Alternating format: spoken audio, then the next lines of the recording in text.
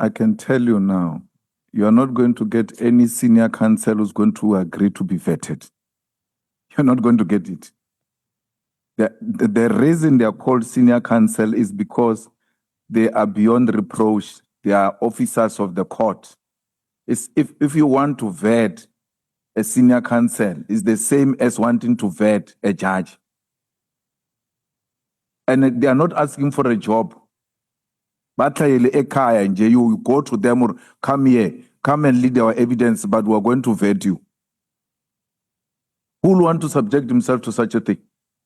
So you are not going to, the senior counsel, the evidence leader comes, he takes an oath here, and he knows once he has taken an oath, amongst other things, it will be that you are not conflicted and so on and so forth. And then he commits to that.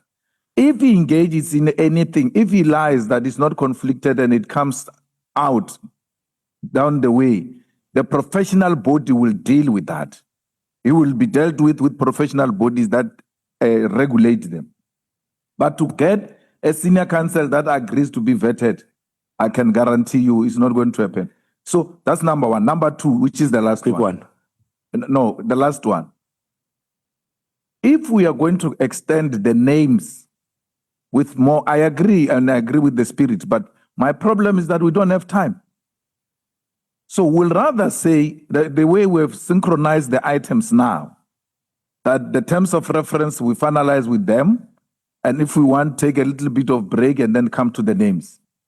Because you can't postpone it with 5 days again.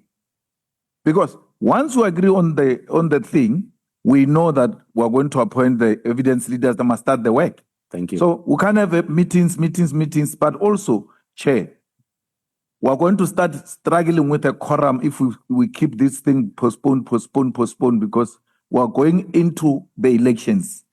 So the sooner we deal with what we have to deal with and leave the rest to the evidence leaders to do, and then call us back, the better. So I will not agree that we postpone for too long.